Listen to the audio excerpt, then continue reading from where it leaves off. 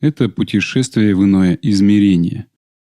Скорее всего, аллюзия на цифровой загробный мир, ритуальную жертву и последующую духовную трансформацию. В самом начале мы слышим звук полицейских сирен. Значит, будущее видится автору как криминализированный и маргинальный киберпанк. Классический путь героя, идущего по тоннелю.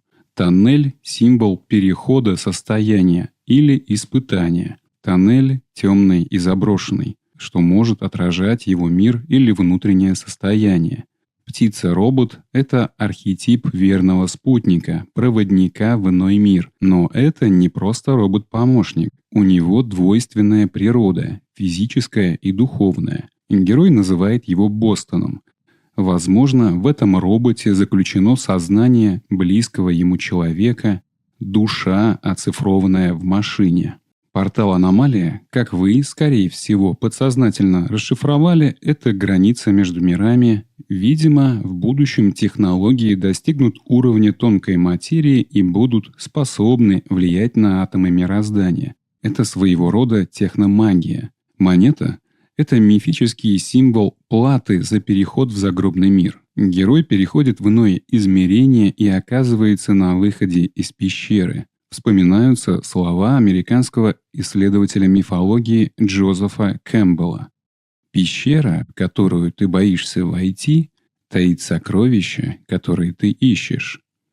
Мы видим безлюдный техногород, и герой удивлен, что это место на самом деле существует. Невероятно, это место действительно существует. Звучит безумно, Бостон, но, возможно, ты был прав. И к этой эмоциональной реакции мы еще вернемся позже.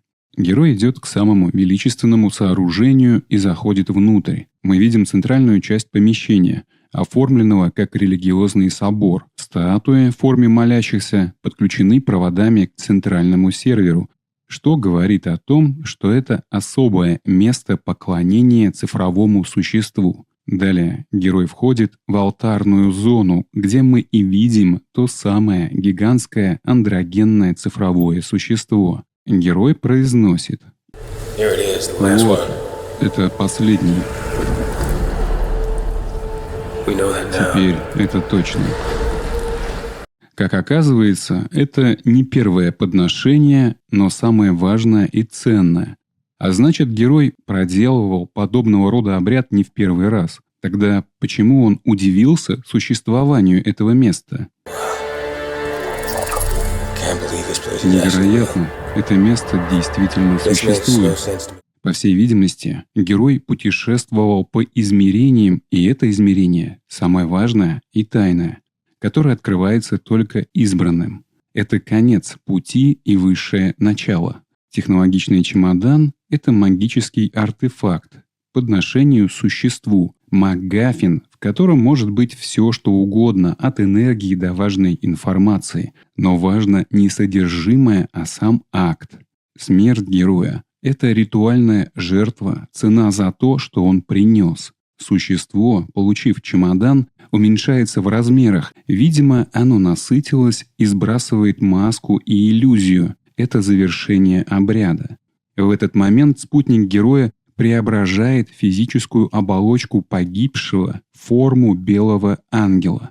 Это возрожденный феникс с кибернетической сущностью. Герой обретает бессмертную духовную форму. И здесь мы стоим на пороге понимания визуального символизма еретика. Ключ к пониманию содержится в названии этого фильма — «Еретик». Но прежде чем сделать свои выводы, я немножко оговорюсь. Интерпретаций может быть множество. Возможно, герой был отступником и сам породил это существо.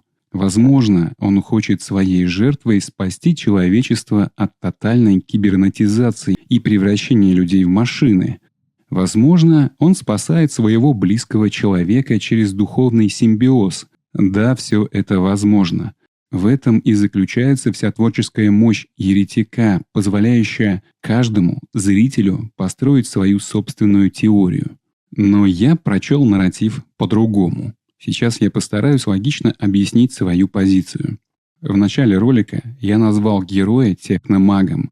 И сделал я это намеренно, чтобы постараться объяснить смыслы. Дело в том, что цель пресловутой магии – возвести человека на высший пьедестал мироздания через познание добра и зла, получить верховную власть над Вселенной и ее порядком. И наш герой занимается ничем иным, как оккультным обрядом, который якобы и дает ему этот высший дар за знание и познание. Герой — это еретик, который пошел против системы, против законов и порядка. Он стал высшим существом в цифровом аду. Центральная тема — это не обретение свободы, а попадание в более изощренную ловушку. Герой — это еретик, падший светоносец. Его цель — это личное тщеславие через знания и технологии. Преображение героя в белого ангела — это изощренный обман того, кому он принес подношение. Цифровая система присвоила ему сущность, красивую упаковку. Он стал не высшим существом, а вечным пленником в цифровом аду. Герой не сражается, он идет на заклание, поверив в ложные обещания, ведомые гордыней. Не все пути преображения ведут к свету. Некоторые порабощают в блестящих цепях. Я не разделяю идеи адептов падшего светоносца. История говорит нам, что из этого никогда не получается ничего хорошего. На мой взгляд, это прельщение через ложь и манипуляцию. Это стратегический инструмент для контроля через заблуждение. Но несмотря на все эти смыслы, сам фильм — это визуальный, поэтический маленький шедевр. Это интересная идея, из которой можно создать уникальное глубокое произведение. Но чтобы сделать его таким же плотным и визуально мощным, придется годами скрипеть на писательском стуле. Это идеальный питчинг грандиозного произведения.